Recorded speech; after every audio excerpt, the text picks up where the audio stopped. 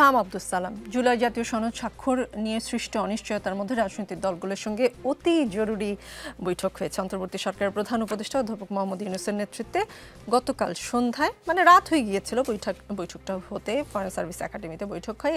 এরপর আজকে সকালবেলা অতি জরুরি বৈঠকের পর আজকে সকালবেলা এনসিপি 3টি দাবি তুলে জানালো তাদের দাবি পূরণ না হলে জুলাই সনদে স্বাক্ষর করবে না। জামায়াতে ইসলামী বলেছে যে তারা আসলে যাবে, হয়তো স্বাক্ষর অনুষ্ঠানে স্বাক্ষর করবে কি করবে না তা আসলে ঠিক এখনো সিদ্ধান্ত হয়নি। এই যে প্রথমে বৈঠক, জরুরি বৈঠক, অতি জরুরি বৈঠক, এমন করে অনেক পানি আসলে গড়িয়ে গিয়েছে। এরপর কি প্রধান উপদেষ্টার প্রতিশ্রুত উৎসব মুখর নির্বাচন নাকি অন্য কিছু, অন্য কোনো দিকে কি যাচ্ছে দেশ, না ঠিকঠাক আছে সবকিছু? আমি খুব খারাপ কিছু দেখছি না। গণতান্ত্রিক দেশে আপনার বিভিন্ন রাজনৈতিক দলের বিভিন্ন ধরনের চাহিদা থাকতেই পারে। এবার আমি ব্যক্তিগতভাবে মনে করি যে মেজর পলিটিক্যাল পার্টি যারা, তারা অ্যাকচুয়ালি সাইন করবে, এবং যদি সাইন নাও করে, লেটস সে যে তারা সাইন করলো না, সেক্ষেত্রে বাংলাদেশের ডেমোক্রেটিক ট্রানজিশনে খুব যে বড় বিপদ হবে আমি এটা মনে করি না। কারণ আমি একটা সিম্পল কথা বিশ্বাস করি যে রাজনৈতিক দলগুলোর যে প্রতিশ্রুতি, সেটা জনগণের সাথে মূলত, এটা আপনি কাগজে কলমে কি লিখলেন না লিখলেন, এর চাইতে অনেক বড় গুরুত্বপূর্ণ বিষয় হচ্ছে গিয়ে যে পলিটিক্যাল পার্টিগুলো বাংলাদেশের জনগণকে কি বলছে। এখন জুলাই সনদের ব্যাপারে দেখা গেছে যে কয়েকটা গুরুত্বপূর্ণ বিষয়, লেটস নট ফরগেট, মোটামুটি 160টার মতন বিষয় ছিল, এর মধ্যে প্রায় 80টার মধ্যে ঐকমত্য হয়েছে, এবং খুব গুরুত্বপূর্ণ বিষয়গুলো নিয়ে ঐকমত্য হয়েছে কিন্তু, যেমন যেগুলো বাংলাদেশের মানুষের কাজে আসবে, যেমন ধরেন হাইকোর্টের বিকেন্দ্রীকরণ, তারপর রাষ্ট্রপতির ক্ষমার যে এখতিয়ার সেটা ঠিক করা, এ ধরনের, তারপর সরকারের নির্বাহী বিভাগ থেকে আলাদা করা, এই ধরনের অনেকগুলো গুরুত্বপূর্ণ বিষয় কিন্তু ঐকমত্য হয়েছে। এখন যেগুলো হয় নাই সেগুলোর নির্ধারণ কে করবে? আমার যেটা ধারণা সেটা হচ্ছে কি, the final arbiter of this should be the people of Bangladesh. বাংলাদেশের মানুষ, আপনার এখন বিএনপি তার নোট অফ ডিসেন্ট দিয়েছে, অন্যের দিক দিয়ে, যেটা তাদের যে নোট অফ ডিসেন্ট, বাংলাদেশের মানুষ ইলেকশনের মাধ্যমে সেটা ঠিক করুক যে আমরা ঠিক আছে কার সাথে আছি, কোন জায়গাতে আছি। যে কটা বিষয় ঐকমত্য নাই সেই বিষয়গুলো সেভাবে ফয়সলা করা সম্ভব। আর যেগুলো ব্যাপারে ঐকমত্য হয়েছে সেগুলো তো একটা প্রমিসের পর্যায়ে চলে এসেছেই, তো এটা তো আমি একটা অগ্রগতি হিসেবেই দেখি। এবং তারপরও যদি এনসিপি কিংবা জামায়াতে ইসলামী এই ঐকমত্যের সনদে যদি সাইন না করে, আমার মনে হয় তারা লুজার হবে এই সেন্সে যে বাংলাদেশের মানুষ কিন্তু দেখছে, এবং এই যে তাদের ড্র্যাগ করার যে প্রবণতা, যে আটকাই দেব, কাউরে করতে, আমি খাবো না, তোরেও খাইতে দেব না, এই ধরনের মেন্টালিটি কিন্তু বাংলাদেশের মানুষ দেখছে, এবং এটার তাদের ক্ষেত্রেও এর যে ফলাফল সেটা ভালো হবে বলে আমার মনে হয় না। জি, ফাহাম আব্দুস সালাম, জুলাই সনদ স্বাক্ষর হয়ে গেলে দেশের আইন শৃঙ্খলা পরিস্থিতি কি স্বাভাবিক হবে কিছু মনে করেন? এইটাকে কোনো এফেক্ট ফেলবে কিনা? কারণ ফেব্রুয়ারিতে নির্বাচন দিতে হলে সকলেই, কয়েকটা দল বলছিল যে এই আইন শৃঙ্খলা পরিস্থিতি যেমন আছে এতে করে এখন নির্বাচন করা সম্ভব না। প্রায় 1.5 বছর পরেও আমরা দেখছি আইন শৃঙ্খলা পরিস্থিতি যতটা আশা করেছিল মানুষ, আশানুরূপ স্বাভাবিক করতে পারেনি সরকার। নির্বাচনের আগে এই যে আর কত 3-4 মাস বাকি আছে, স্বাভাবিক করতে পারবে বলে মনে করেন আপনি?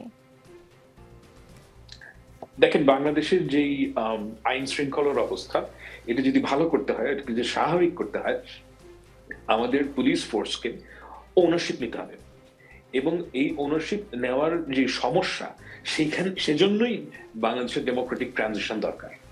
যে অর্থাৎ যে পলিটিক্যাল গভর্নমেন্ট আসুক, যেই ক্ষমতায় আসুক, পলিটিক্যাল গভর্নমেন্ট আসলে তাদের একটা হোল্ড হয়, তাদের একটা সে হয়, তাদের একটা স্কিন ইন দ্য গেম হয়। সেজন্য এখনকার যেই সরকার, সেই অর্থে স্কিন ইন দ্য গেম নাই। এ কারণে আমাদের যে ল অ্যান্ড অর্ডার সিচুয়েশন, সেটা ভালো হচ্ছে না, এবং এটা যদি ঠিক করতে হয় আমাদের পলিটিক্যাল গভর্নমেন্ট লাগবেই লাগবে। এখন অবস্থা অপটিমাম না, কিন্তু প্রশ্নটা হচ্ছে গিয়ে যে আপনার মেন্টালিটিটা কি, এটা কিন্তু খুব গুরুত্বপূর্ণ।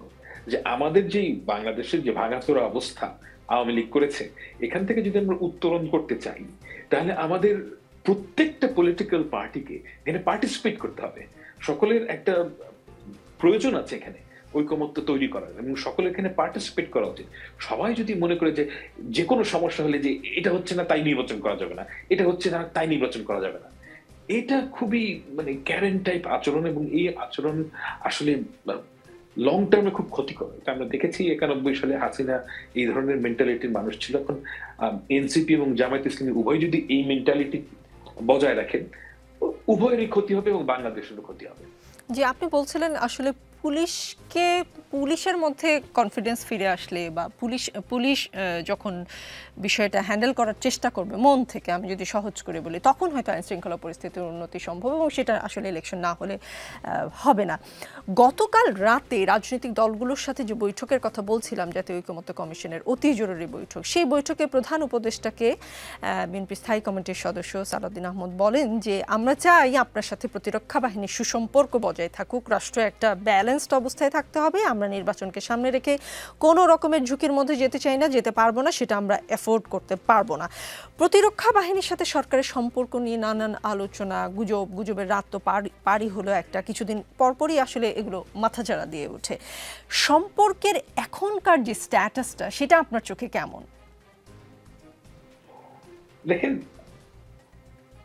প্রথম কথা হচ্ছে যে বাংলাদেশের 5ই আগস্ট পরবর্তী সময়, 5ই আগস্টের আগে অ্যাকচুয়ালি যে বাংলাদেশের ইনস্টিটিউশন গুলো আওয়ামী লীগ ধ্বংস করে দিয়েছিল, এখন সেই রেমনেন্ট নিয়ে কাজ করতে হচ্ছে, এবং এটা খুব ডিফিকাল্ট। এবং আমার কাছে ব্যক্তিগতভাবে মনে হয় যে ইউনূস সাহেব এবং তার সরকার এই যে পাওয়ার যে সেন্টার গুলো আছে এটার মধ্যে মিডিয়েট করতে পারছে না। এবং এটা দেখা গিয়েছে যখন আইসিটির যেই অপরাধীদের নিয়ে যে ঘটনাটা ঘটলো, তখন দেখা গেল যে আমার কাছে ব্যক্তিগতভাবে মনে হচ্ছে আইসিটির সাথে মিলিটারি ফোর্সের একটা টাসল তৈরি হয়েছে, এবং এই জিনিসগুলো না বাইরে আসা উচিত না। যেমন ধরো যাক, মিলিটারি অফিসারদেরকে কোথায় রাখা হবে, সাব জেল কোথায় করা হবে, এটা কিন্তু সবাইকে জানানোর দরকার ছিল না। এবং এটা নিয়ে একদম সর্বসম্মুখে, এবং মিলিটারি যেটা বলছে যে তাদেরকে ক্যান্টনমেন্টের ভিতরে সাব জেল করে রাখা হোক, হোয়াটস সো ব্যাড অ্যাবাউট ইট? মানে এটার মধ্যে মানে আমি ব্যক্তিগতভাবে এটার মধ্যে তেমন কোনো সমস্যা দেখি না। যে বিচার কাজ যখন চলছে তখন তাদের আওতায় রাখা, এটা কোনো বড় সমস্যার কিছু আমি দেখি না।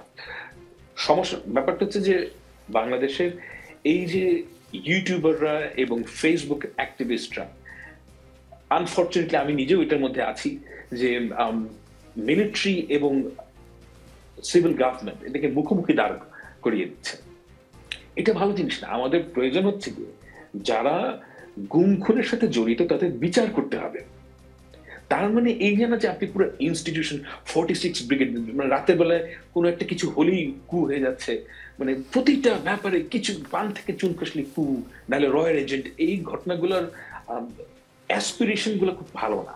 এগুলো আমার কাছে খুব খারাপ মনে হয়, এবং এই জায়গাটা আমার কাছে মনে হচ্ছে ইউনূস সরকার ভীষণভাবে ব্যর্থ হয়েছেন এই সেন্সে যে তারা যে বিভিন্ন ধরনের পাওয়ার সেন্টার গুলো আছে তাদের মধ্যে মিডিয়েট করতে পারছেন না। এটা করা উচিত, তাদের খুব বলিষ্ঠভাবে করা উচিত।